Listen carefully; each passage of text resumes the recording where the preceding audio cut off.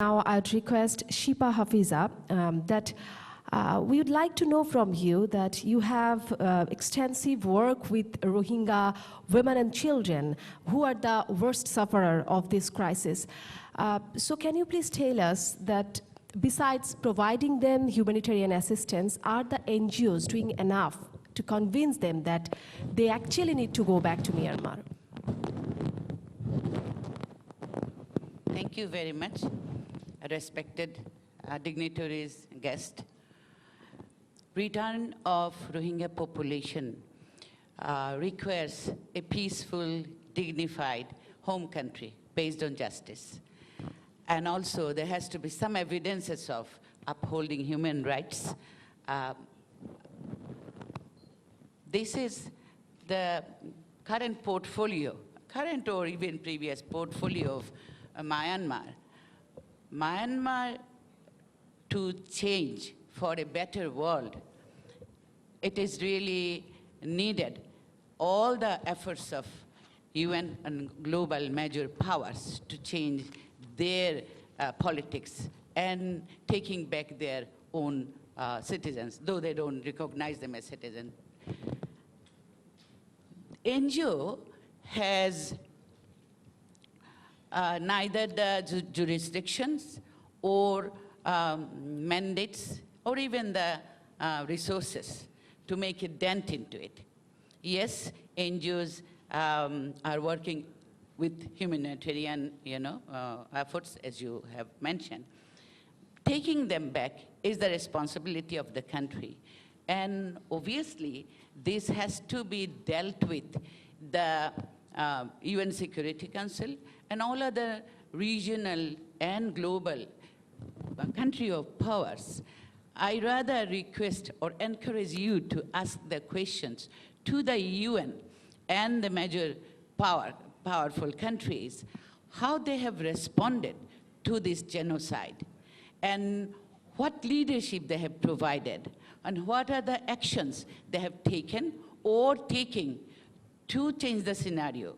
Is there any effective actions they have taken or taking to change the scenario so that these people can go back to a peaceful country where they have respect and identity? Thank you very much. Thank you very much, Shipa Hafiza. Thank you. Now I'd request Asif Munir, migration expert, that how do you evaluate the role of non-government actors? Are they doing enough for Rohingya repatriation? How do you evaluate their role in solving this Rohingya crisis? Thank you. It'll be slightly similar to what Ms. Shipa Hafiza was saying, that it's not within the jurisdiction of the NGOs. But what they can do is, because they're funded by donor agencies and development partners, what they can do is they can develop new projects which could look at the civic education of the Rohingya population, which includes about law and order in Bangladesh, because there is a little bit of that crisis, but also organizing them. We have seen that some of the leadership has been lost during the conflict within the camps. If there could be more leadership and leadership training and negotiation skills.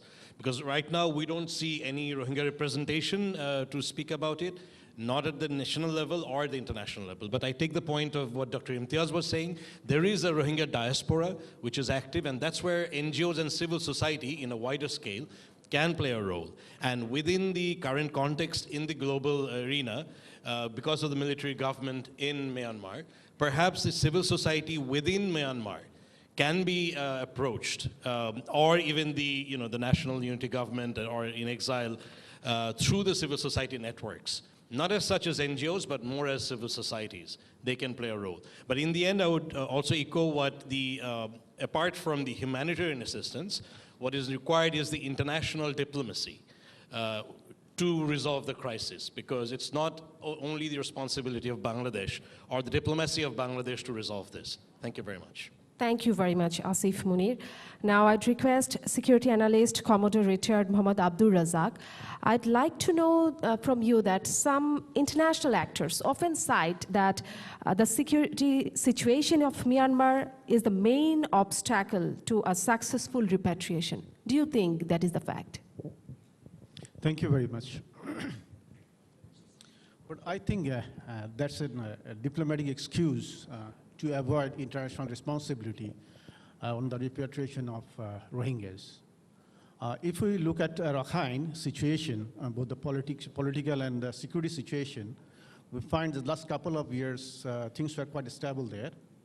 Even after the military coup on 1st of February 2021, people from 13 states and regions protested against the military coup.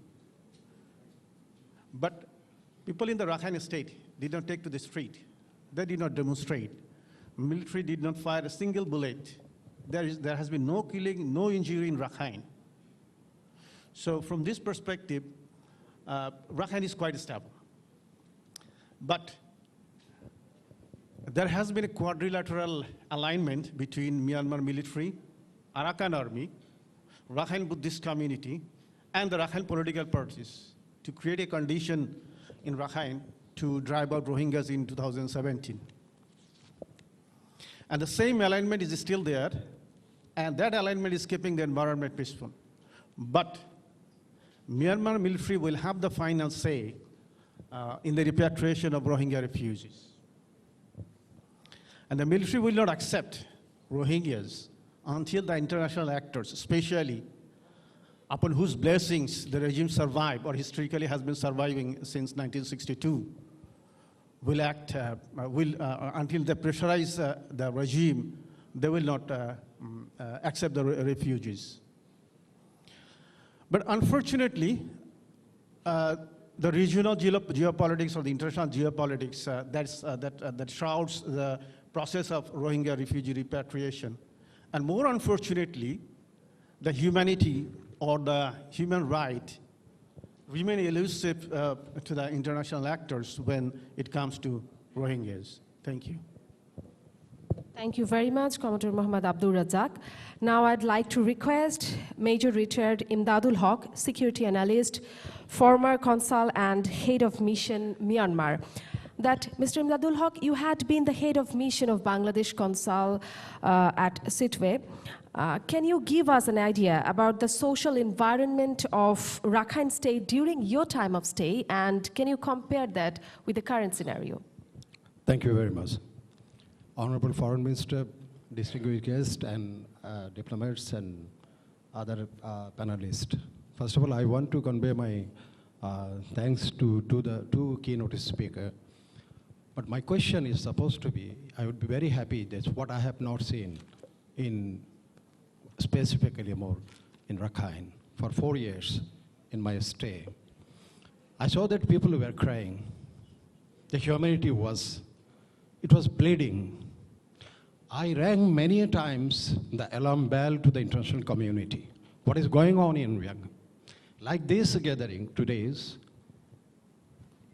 among the almost hundreds of diplomats in the years 1999, that what is going on. You see that some people are carrying white card and some people are carrying red card.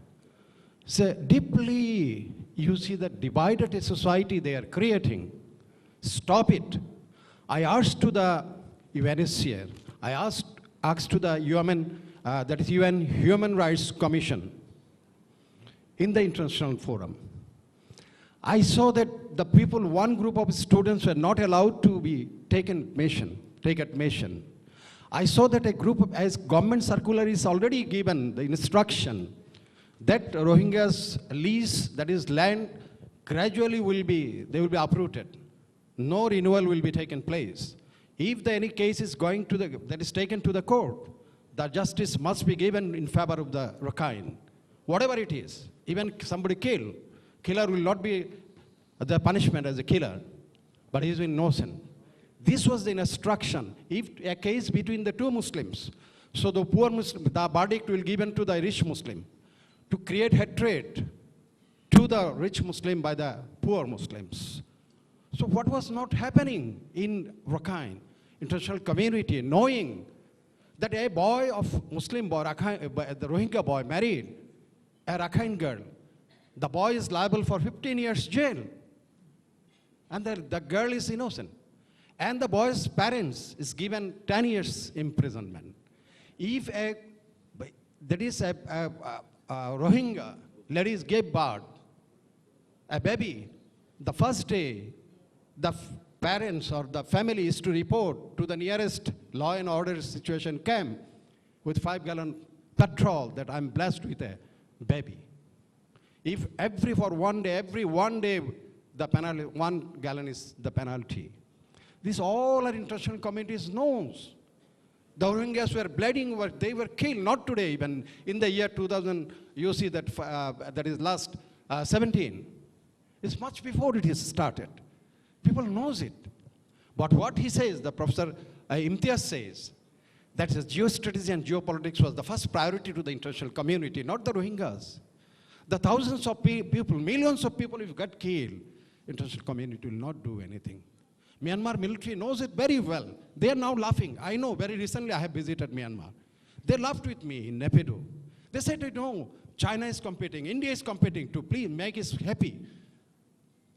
To get Naypyidaw, to get the, you see that deep sea port, to get the access, to control their own insurgency, to having that's permission to carry out the, you see that operation inside, to our territory, to kill their insurgent.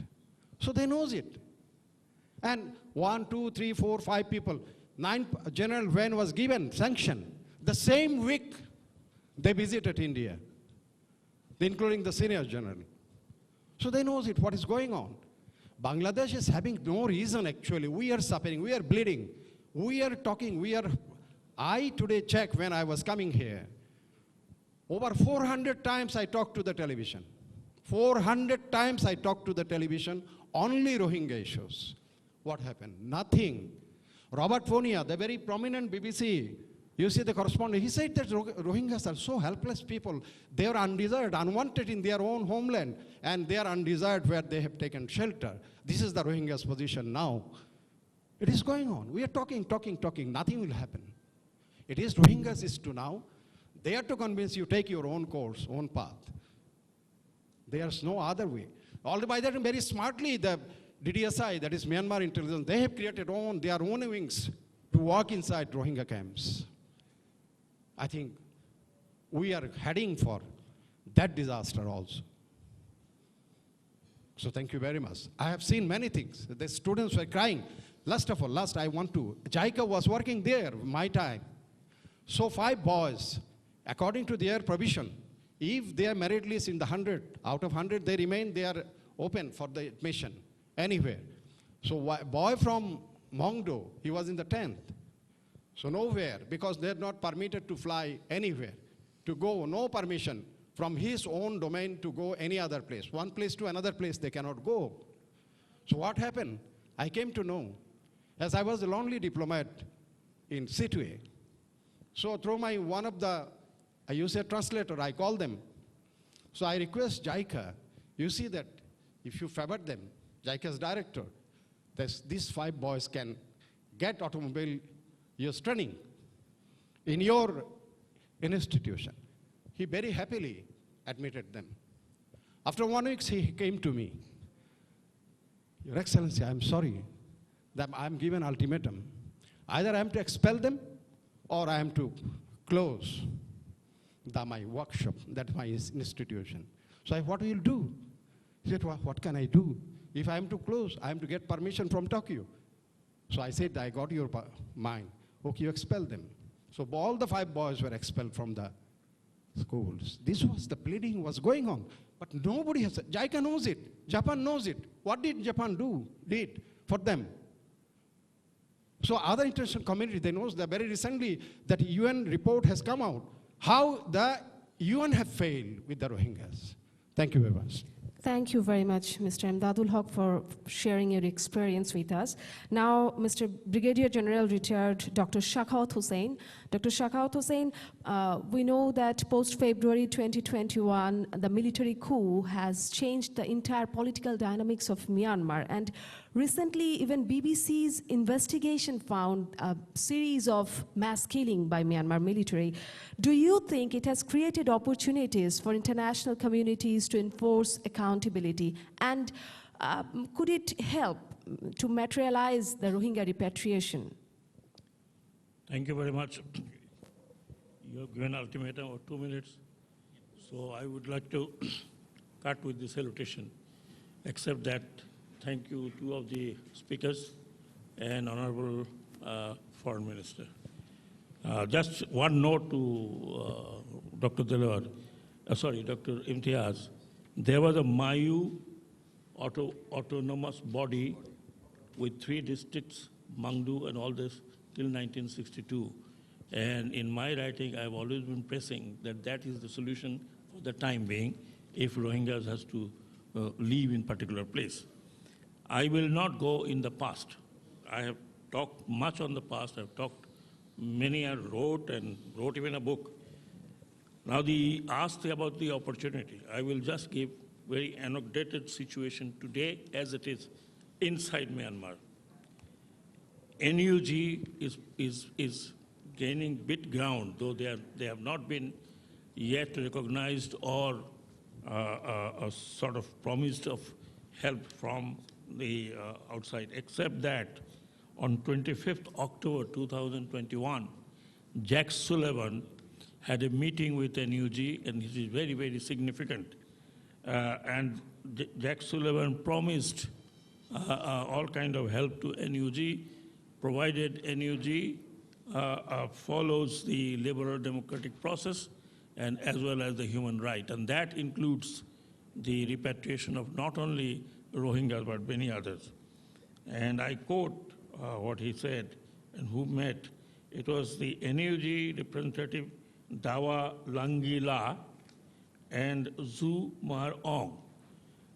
Now, the other hand, the Chinese had a meeting with in their control with 7 insurgent group of the Northeast. I don't want to give the names because that will take time. And they had a meeting also with Tatmadaw and this 7 group.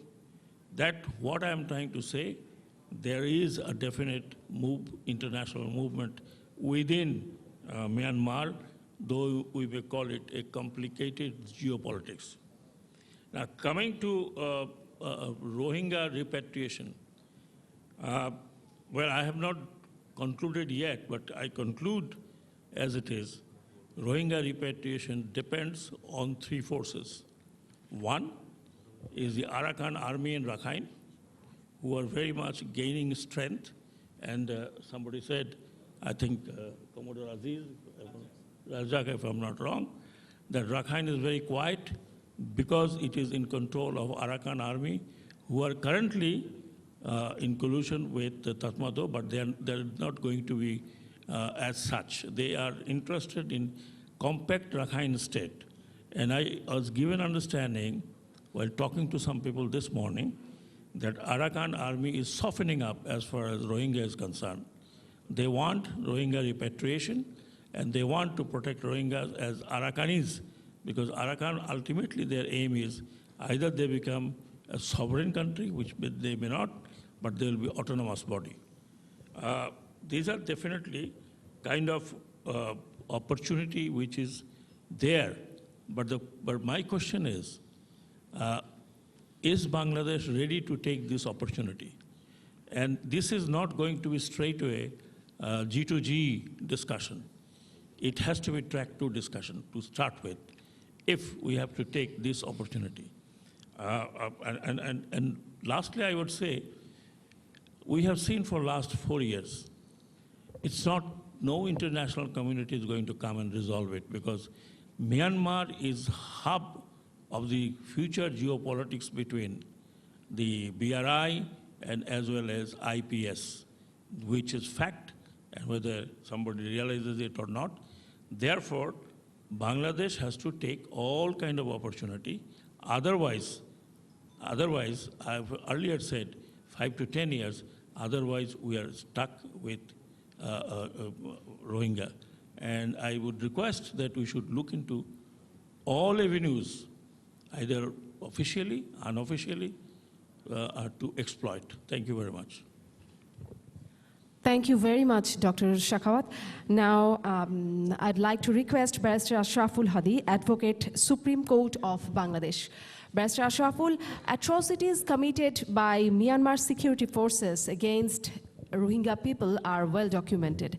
And International Court of Justice and International Criminal Court are actively involved in this issue to provide justice against the atrocities. So can you please update us about the legal proceedings and how it could help to solve the crisis? Thank you. Thank you. Thank you, Honorable Foreign Minister, also, and all the dignitaries present. There are several proceedings are taking place involving Myanmar. One is in the International Court of Justice, The Hague. That was brought by the Gambia. It's known as the Gambia versus the Republic of Myanmar. In that state, the International Court of Justice has assumed preliminary jurisdiction, and there are preliminary orders have been passed by the International Court of Justice asking Myanmar to stop ethnic cleansing and take certain steps. In that regard, there is some, I would say, at least that is a start. Myanmar has issued internally some rules or regulations directing their officers to stop ethnic cleansing or to abuse or not to violate laws. But so far I understand it is still on the paper. Officially, they have not taken any of the steps or corrective measures against the perpetrators. That's one. The other proceedings that are taking place is International Criminal Court. They have started the prosecution of the prosecution measures have been stated. That I believe is under investigative stages. So in the 17 December, they have submitted a fourth report before the International Criminal Court. And I understand from the report is that they are taking certain steps for collecting evidences for prosecution of the perpetrators. So the proceedings in the International Criminal Court will be against individual perpetrators in Myanmar for genocide. And the proceedings in the International Court of Justice would be against the Myanmar for perpetrating genocide. Bangladesh has a particular interest in the proceedings before the International Court of Justice, the reason being that in the International Court of Justice, one of the prayers is for repatriation of the Rohingya migrants that have been forced because of being victims of genocide in Bangladesh. So I believe if the International Court of Justice proceedings are upheld in favor of Gambia, I am expecting that there will be an order directing Myanmar to allow repatriation or return of the migrants of Rohingya into the Arakan state and Adhinga. There is another proceedings that is taking place is Argentina. And I believe that there are also scope by the different international communities to take under universal jurisdiction. For example, USA, Singapore, Japan, they can also, Belgium, they are all have universal jurisdiction under which each of those states can initiate proceedings in their own country against perpetrators of genocide in their own country. So Bangladesh can also mobilize on those aspects also to ensure a speedy return of the migrants from to Myanmar. Thank you. Thank you very much, Barrister Ashraful Hadi. Now let's move on to the open forum discussion. And we have already received few names who would like to talk. And I'd like to start with Mr. Abul Hassan, former State Minister, Ministry of Foreign Affairs, Government of Bangladesh. Please. Bismillahirrahmanirrahim. Thank you very much. First of all, we'd like to thank the Honorable Foreign Minister that he has taken time out for his non-busy schedule. His presence, I think, makes a clear statement to the seriousness that the government attaches. We have had the benefit of two scholarly presentations by Professor Dilwar Hussain and Professor Imtiaz Ahmed, and also an array of distinguished people have spoken. I do not think there is going to be any benefit by a recital or recounting of the many of the issues raised. And I know of the time constraints, and we are also keen to listen to the Honorable Foreign Minister. I shall only briefly raise for your consideration, and particularly because our friends from the international community and the multilateral organizations are here. As we celebrate the Golden Jubilee of our independence, and the 100th birth anniversary of the greatest Bengali of all times, the father of the nation, Bangabandhu Sheikh Mujibur Rahman, I think our Honorable Prime Minister Sheikh Hasina made a very clear statement which was both gracious and pragmatic in allowing the 1.1 million refugees who were treated in a very bestial fashion, persecuted, and victims of genocide to find a safe haven in Bangladesh. She was, in effect, paying a homage to our own history in 1971. And on the pragmatic side of it, she was making a very clear and a painful statement that in order to bring peace in South Asia, we have to be tolerant. And the other thing she did is that despite all such provocations, Bangladesh has not declared Myanmar to be an adversarial state, thereby leaving a large scope so clearly and enthusiastically steered by our Honorable Chief Guest, the Honorable Foreign Minister, as envisioned by the Prime Minister, that there should be room for accommodation.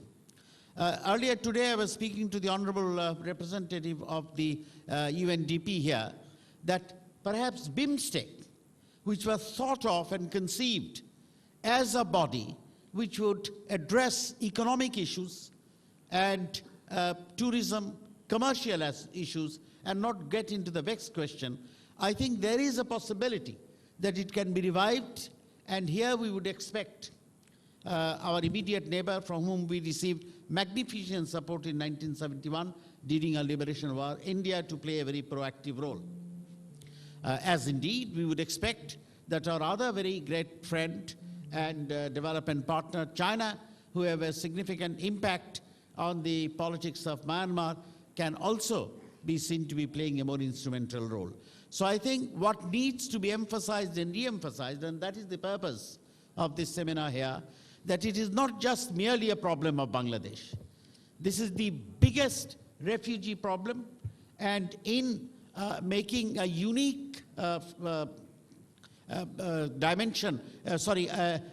representation by allowing the people to come here, Bangladesh has taken a very positive stage, very pragmatic step. Now it remains to be seen how we keep the international community engaged, because this is gradually becoming a very great area, a scenario of development and of concern. So if this condition continues here, neither can we conceive of BRI going forward, nor for that matter, global attention, which needs to address other burning issues, can be refocused. So I think that the international community should really take on board that the tremendous step taken by the Bangladesh has now got to be appreciated, and the international community has also come forward to help us. My concluding remarks must be to thank Mr. Farooq, who has taken a lot of trouble organizing this seminar, and Mr. Nazirur Rahman, as well as all our distinguished guests who happen to be here to give support to a cause which is not just of Bangladesh, but to a cause of humanity. Thank you, sir. Thank you very much, Mr. Abul Hassan. Now let's hear from Sudipto Mukherjee from UNDP. And before he starts, let me tell you, audience, respected audience, that if you have any questions, you are free to ask. Thank you. Sudipto Mukherjee.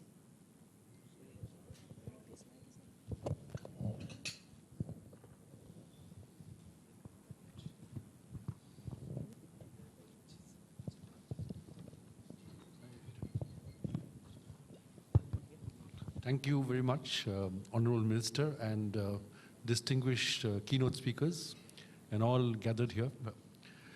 Let me very quickly just tell you that my mandate as UNDP in Bangladesh is about supporting the work of Bangladesh country. Repatriation is a larger global political discussion which goes beyond my immediate mandate, but as far as we are concerned, as far as UNDP is concerned, we are working on 2, 3, 4 fronts. One is, of course, is on knowledge generation. The Honorable Minister himself was present when we actually launched the impact assessments of on the environment, on socioeconomic impacts across the districts, etc., which greatly actually provided information to the rest of the globe in terms of how Bangladesh's, that part of Bangladesh has been gravely affected by this large influx. So that's number one. Number two, that what we've been doing is actually, and that is actually helping in the keeping up the sustained advocacy on the conditions of the people in Cox's Bazar. and the larger part of Bangladesh. The second one is basically working on keeping the people in the Rohingya community in some ways future ready, so that in case and as and when repatriation happens, they are in a position to get quickly back to some sort of dignified lives in terms of remaining skilled or trained, etc. The third one, and this is very important, is to minimize the impact on the host communities themselves, the rest of the residents of Cox's Bazar, how to minimize the impact on their lives, and in that way actually maintain social cohesion. And finally, what we are also trying to do is to, as long as the people there exist, along with other partners, the rest of the UN system, as well as other development partners, making sure that the whole community, not just the people within the camps, but outside the camps as well, remain safe and are able to access at least basic services. And I think this is something that the government of Bangladesh has been extremely generous about. And I think we are basically supporting Bangladesh government's leadership and under their leadership and their work to make sure that as long as people are here, they lead lives of dignity. Thank you very much. Thank you very much, Sudipto Mukherjee. Now, Mr. Shyamul Dotto, journalist. As Professor Abdul Manan was saying about your Myanmar visit and you interviewed Aung San Suu Kyi, can you please share your experience with us? Thank you. Actually, it was in 2015. There was international conferences going on in Yangon, and three of us, Professor Manan, I'm not seeing him here, and one journalist from Prothom and me was invited in Yangon to join that conference, and it was organized by an American organization called Easter Center based in Hawaii. So we had a chance to talk to Aung San Suu Kyi. Actually, it was very painful for me when I was repeatedly asking her the question on Rohingya. She never wanted to talk on this issue, and she categorically denied, and especially mentioned that not even pronouncing the name of the Rohingya, said that I will not talk on these people at all. And she was blaming even that these people are the problem of Myanmar. So that was what is her reaction. So I'm not hopeful about Aung San Suu Kyi will do something about the Rohingya people. You know that she was in Geneva to defend military junta during the case which was going on in IC. Actually, I am from south part of Bangladesh, which is adjacent to Arakan. So sometimes I claim that I have some relationship with the Arakani people also, because my grandfather has some business. There's a place called Boli Bazar, which is in Mongdu, and it was one of the places of the Arakan. Secondly, last 30 years as a journalist, I'm covering this issue from 1991, when first time the repatriation was happened at that time, when the influx also happened at that time. So, you know that we are saying, I'm just finishing within 1 minute, that international community is saying, UN is saying it's an atrocity. They are saying it's a genocide. They are saying it's ethnic cleansing. Do you think that they are doing enough after saying all these things? And secondly, what I will say, even Bangladesh, we are not doing enough.